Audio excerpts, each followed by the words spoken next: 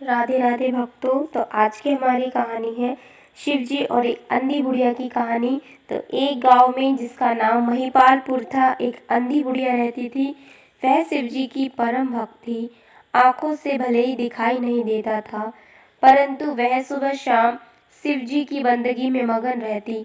शिव जी बुढ़िया की भक्ति से बड़े प्रसन्न हुए। उन्होंने सोचा, यह बुढ़िया नित्य हमारा स्मरण करती है, परंतु बदले में कभी कुछ नहीं मांगती। भक्ति का फल तो उसे मिलना चाहिए। ऐसा सोचकर शिव जी एक दिन बुढ़िया के सम्मुख प्रकट हुए तथा बोले, माई, तुम हमारी सच्ची भक्त हो।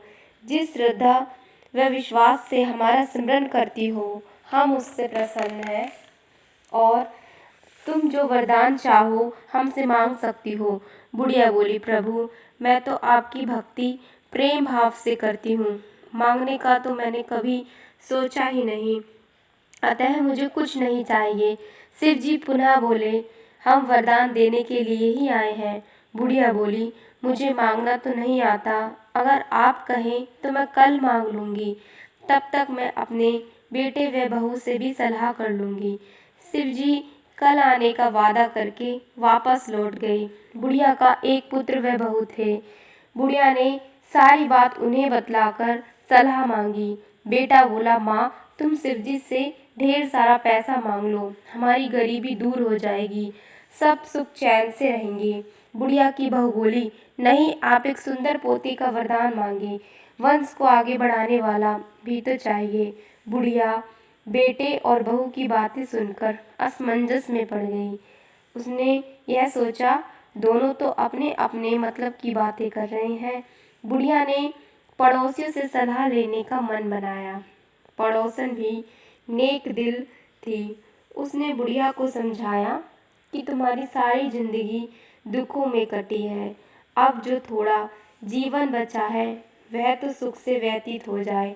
धन अथवा पोते का तुम क्या करोगी?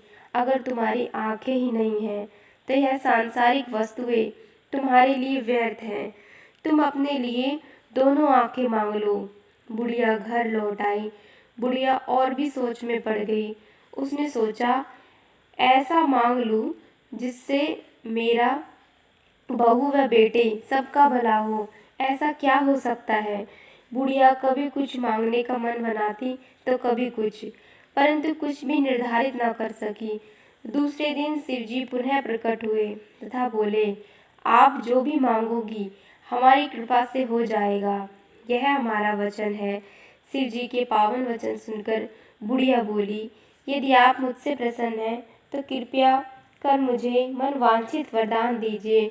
मैं अपने पोते को सोने के गिलास में दूध पीते देखना चाहती हूँ। बुढ़िया की बात सुनकर शिव जी उसकी सादगी और सरलता पर मुस्कुरा दिए।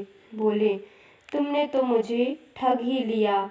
मैंने तुम्हें एक वरदान मांगने को बोला था, परंतु तुमने तो एक वरदान में ही सब कुछ मांग लिया। तुमने अपने लिए लंबी उम्र तथा दोनों आंखें मांग ली हैं।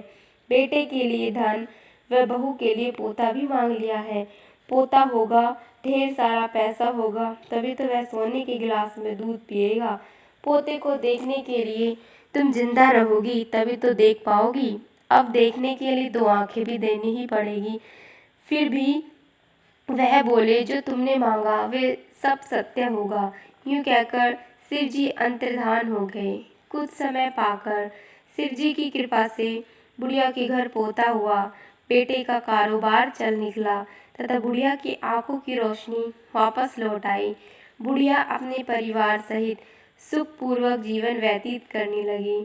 तो दोस्तों, इस प्रकार से एक बुढ़िया ने शिव जी को आखिर में ठग ही लिया और उसकी सारी मनोकामनाएं पूरी हो गई। तो हर हर महादेव। और कहानी को अंत तक सुनने के लिए आपका धन्यवाद। और आज की कहानी आपको कैसी लगी कमेंट सेक्शन में ज़रूर बताना और कमेंट में जय शिव शंकर और ओम नमः शिवाय अवश्य लिखना।